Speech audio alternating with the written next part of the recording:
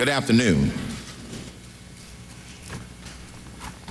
I am Herman Cain, and I'm running for President of the United States of America.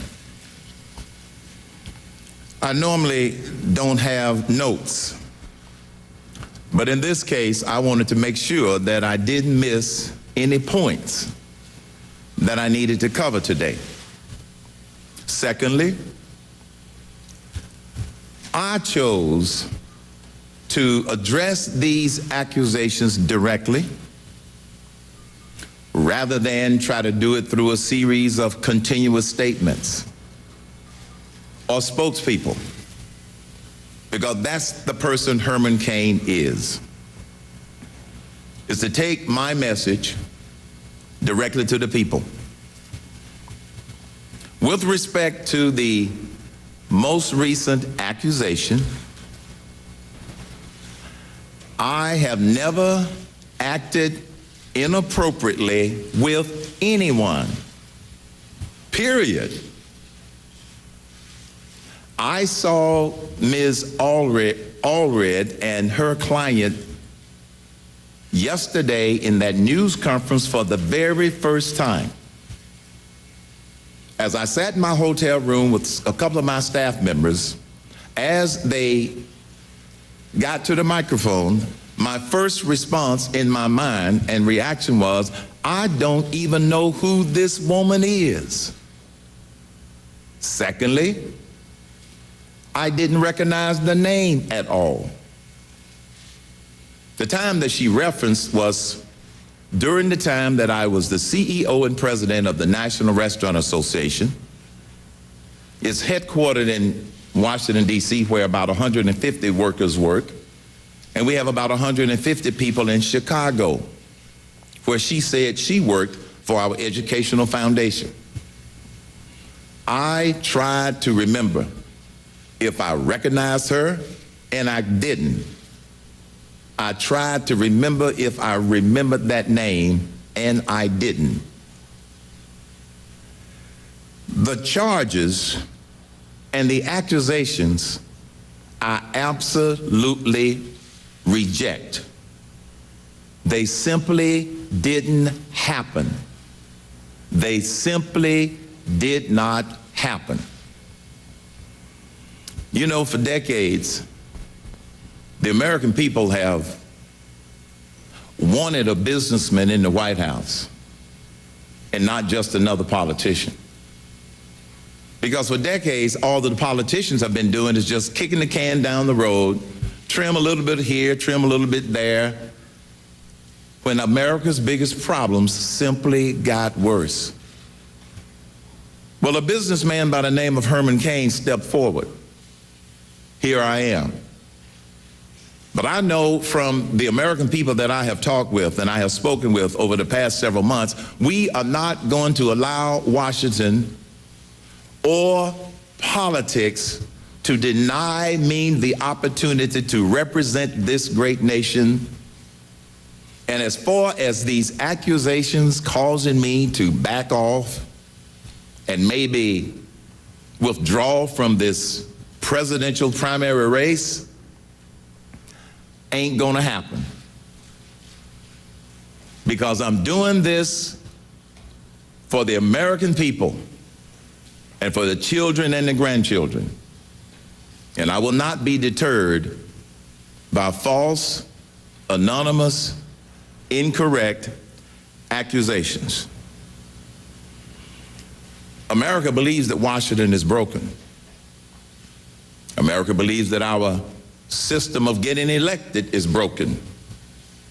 In part, it is. But in another part, it's not. As long as we have decency and honesty in the electoral process, it will work. But when we allow deceit and false accusations to rule the day and distract us, that part is broken. 9 days ago, the media started to beat me up covering anonymous accusers. And then yesterday, another accuser came forth, identified herself, went on TV, and made some other allegations. Was it tough last week? Yes. Has it been tough the last couple of days? Yes. But you see, that's one thing about Herman Cain that I think a lot of the American people know, and that is just because it's tough is no reason for me not to do what I feel like I have to do. And because of what the American people have said to me during these turbulent times, we will get through this. We will get through this. The fact is, these anonymous allegations are false, and now the Democrat machine in America has brought forth a troubled woman to make false accusations, statements, many of which exceed common sense. And they certainly exceed the standards of decency in America. I have been married for 43 years to my wife, Gloria. 43 years I've been married to my wife. After watching that press conference yesterday, I called her and I said, "Sweetheart, did you see it?" She said, "Yes." I said, "What did you think?" And my wife said, and this is a direct quote, "I have known you for 46 years because we were engaged for 2 years. That doesn't even sound like anything that you would ever do to anyone."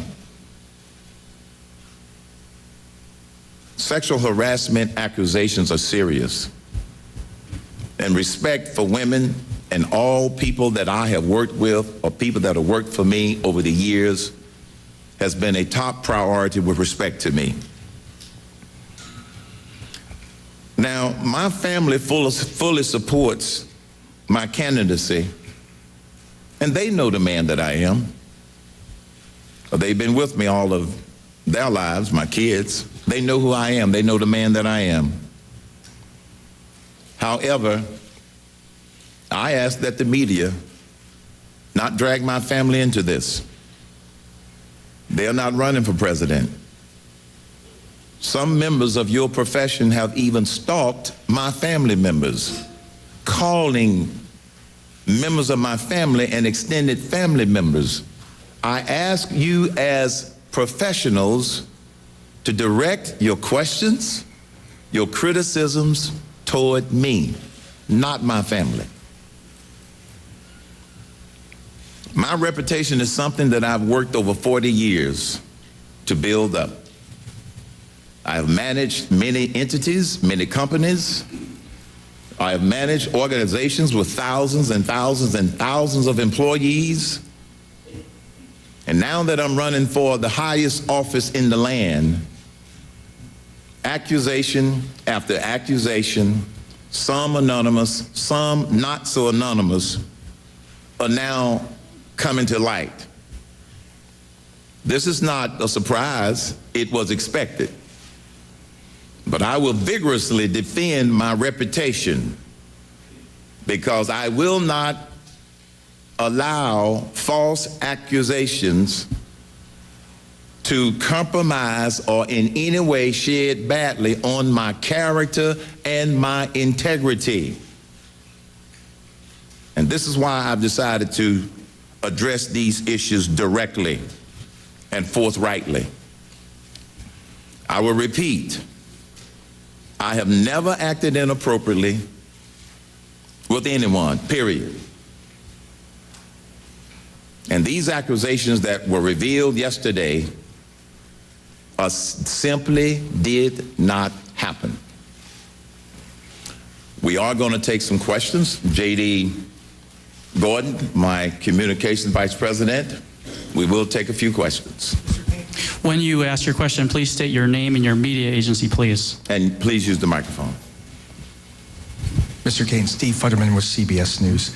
I'd like to ask you a two-part question. First of all, do you think it is appropriate for a candidate's character to come under a microscope in a campaign? And secondly, you are basically now in a he said, she said situation. She's saying something, you're saying something. They're both diametrically opposing each other. As distasteful as it might be, would you be willing to do a lie detector test to prove your honesty in something like this? Even Yes. though I'm sure, go ahead. Yes, I absolutely would. But I'm not going to do that unless I have a good reason to do that. That was one of the first comments that I made in watching this to my staff. I've also shared that with my attorney. Of course, I would be willing to do a lie detector's test. Secondly, I believe that the character and integrity of a candidate running for president should come under a microscope with facts, not accusations.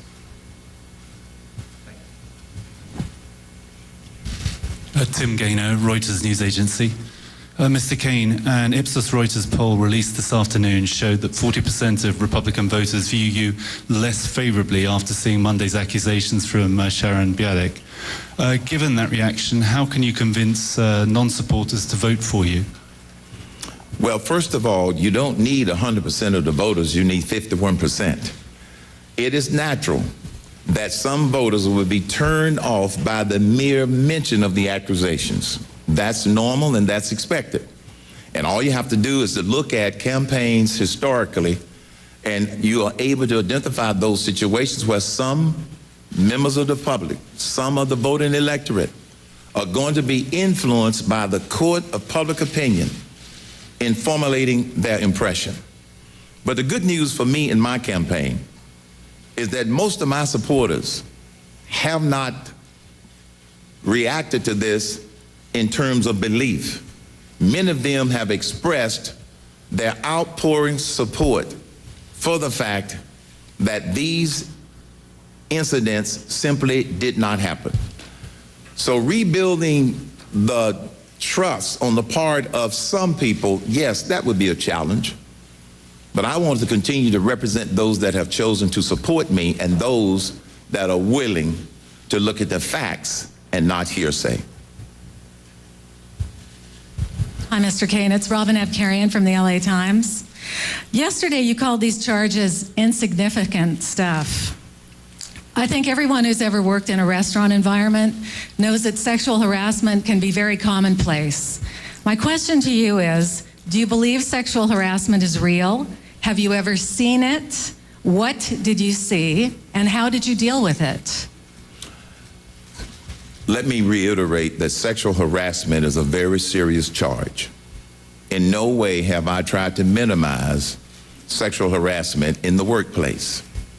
Having led many organizations, yes, I have seen instances where it could be interpreted as sexual harassment, and if I saw it, and if it were an employee or a direct report of mine, I dealt with it immediately before the other person perceived it as an infringement of their privacy. And I might add, it's not just men who potentially sexually harass women. I've also seen situations where women have attempted to sexually harass men. It's very serious. And I have made sure that that wasn't something that was tolerated in any organization that I was responsible for. Hi, Jonathan Carl with ABC News. Yes. Mr. Cain, now another woman, one of the formerly anonymous women, has come forward who worked with you at the Restaurant Association, Karen Krassauer. She's now a spokesperson of the Treasury Department, has come forward publicly. What do you say to her and are her allegations? This is somebody who's still working in the U.S. government. Are her allegations not true? Is she lying about them? Well, to the best of my recollection, since you mentioned that particular name, that is the one that I recall that filed a complaint, but it was found to be baseless. Let's separate something.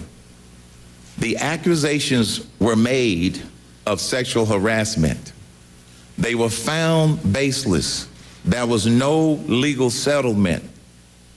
There was an agreement between that lady and the National Restaurant Association, and it was treated as a personnel matter because there was no basis to her accusations. Those are the facts. Was she making it up, or was she making up a story, or was she just interpreting something? When she made her accusations, they were found to be baseless, and she could not find anyone to corroborate her story. The Restaurant Association handled it. They went through a process to get to the point where it ended up being an agreement, not a settlement. Now, let me clarify that little point. I've been criticized by some members of the media that I have changed my story. When the firestorm started a week ago Monday, I was presented with the accusation of some settlement was made. Settlement to me means that there were legal implications.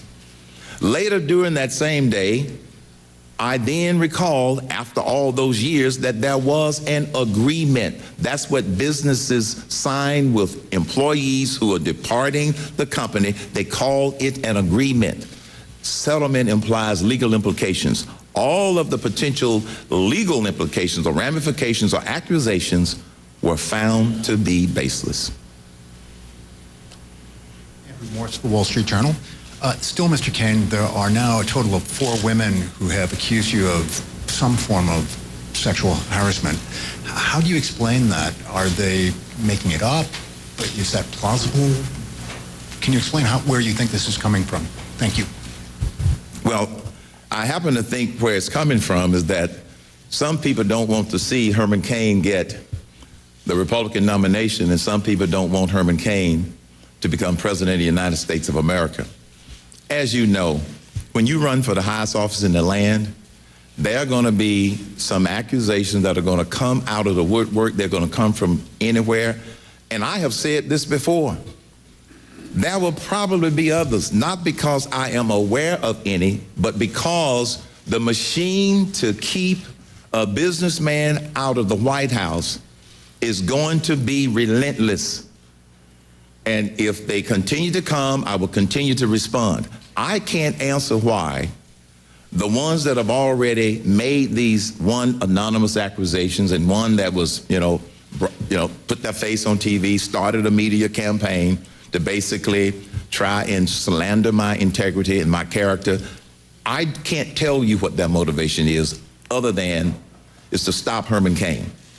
I believe that the American people are saying that they're not going to let that happen. Steve Kraft, Fox 10 News here in Phoenix.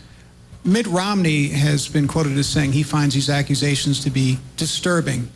Can you react to that observation by Mr. Romney and tell us what you think is behind it or what it means? Sure. Sexual harassment is a very serious matter, as I've said. I find the accusations disturbing, but false.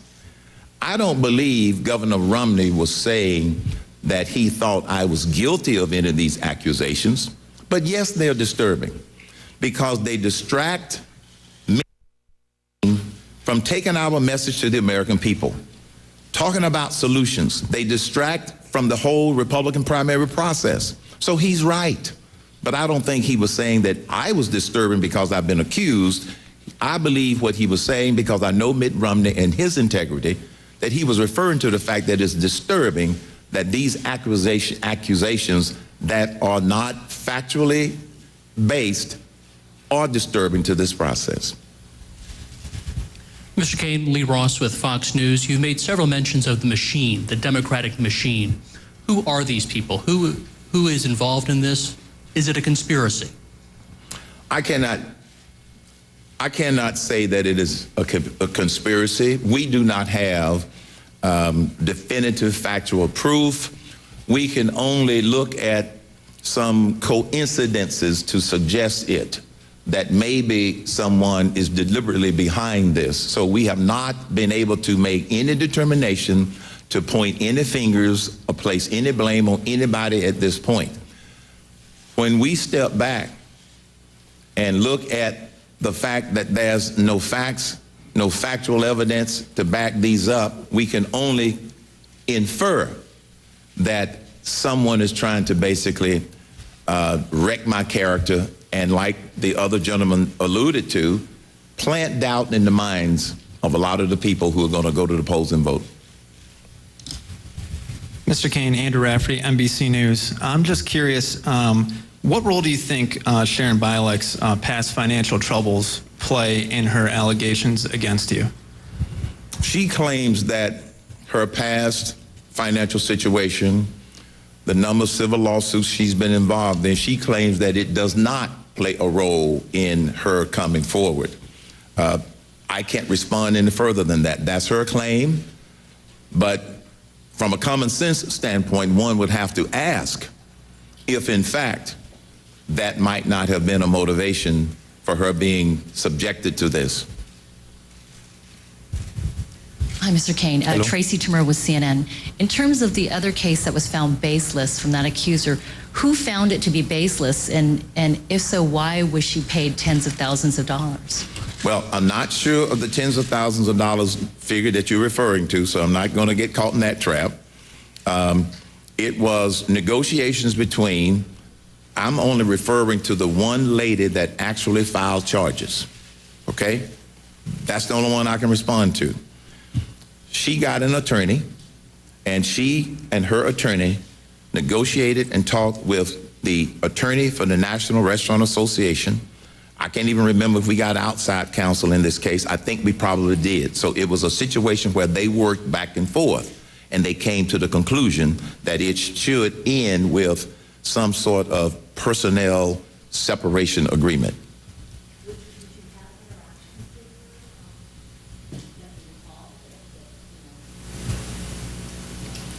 She worked at the Restaurant Association for a period of time. I do recall that before I left the Restaurant Association, she was in the process of leaving the association. I didn't have regular interaction, although periodically I would see her. And since she reported to my vice president, one of my vice presidents, when we would have a planning meeting, she would attend the planning meeting, because typically when I would do a planning meeting, I would not only bring in my direct reports, I'd bring in the next level down. She was at that next level down. So that was the interaction in terms of me seeing her on a regular basis. During that particular period of time, because I was the president of the National Restaurant Association, today it has over 14 million people working in the industry, you know, thousands and thousands and thousands of restaurants. I spent most of my time traveling and giving speeches around the country to state restaurant associations, as well as other speeches that I needed to give. I was not in the office a lot. I was out in the field more than I was in the office. Mr. Cain, hi. Lindsay Borman with CBS News and National Journal. You said again today that it's been so many years, and you later recalled that there was a financial agreement that you didn't originally remember. Now you say you don't remember Sharon Bialek. Yesterday was the first time you've seen her. Is there a possibility that it's just been too many years and that you could recall some specific details later? That's a possibility, but I think it's a remote possibility. You know, I'm not an expert on how the brain works. But I do know that I sat there and went over and over and over and over in my mind, do I know this lady? The answer kept coming up, no. I watched her again today when she appeared on Fox News with her attorney doing this interview, sitting there trying to remember, do I know her? I didn't recognize the face, I didn't recognize the name, nor the voice. And so you're right. Is that a possibility? Yes, but I happen to think that's a remote possibility. And here's why. One of the things that people who have worked with me for years will tell you is that I'm pretty good at remembering people, especially people that have had a positive impact in my life or a positive impact on my business. I'm pretty good at remembering people that I have met who have made some sort of impression on me. So in this particular case, I seriously doubt if I'm going to have an aha moment later and say, oh yeah, I remember that. I just don't think that's going to happen. Okay, Mark Lacey with the New York Times. Karen Kraushaar, who just spoke to our newspaper within the last hour, can you tell us what she accused you of specifically and what your interactions with her were? You came close to answering that, but you stopped. This is your press conference where you're going to level with us and tell us what happened. So tell us what she accused you of and tell us what really happened. This is your chance. Thank you. Well, I can only recall one thing that I was aware of that was called sexual harassment. The one thing that I remembered during the day when all of this broke loose is that one day in my office at the National Restaurant Association, I was standing next to Ms. Kraushaar, and I gestured, standing near her like this, you're the same height as my wife. because my wife comes up to my chin. That was the one gesture that I remember. The door was open. A secretary was sitting there. It wasn't anything behind closed doors. I gestured because of her height, comparing it to my wife's height. End of story. Other things that might have been in the accusations, I'm not even aware of. I don't remember. That one I remember because that was the one that my general counsel came to me and said, the one that appears to be the one that she was most upset about was that. So I really can't tell you anymore because I don't recall anymore, and that's the only one I remember. She did not react at the time. Absolutely did not react at the time. Let me say this, folks. In closing, thank you for your patience. Thank you for us having an opportunity to share my perspective on this. This nation faces tremendous crises.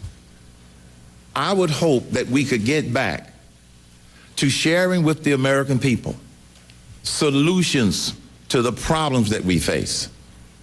We are not going to allow ourselves to continuously be distracted by these sort of incidents. I will respond to them, but we cannot slow this campaign down when we need to be dealing with our economic crisis, our spending crisis, our energy crisis, our foggy foreign policy crisis, illegal immigration crisis, and a crisis of leadership in the White House in Washington, D.C.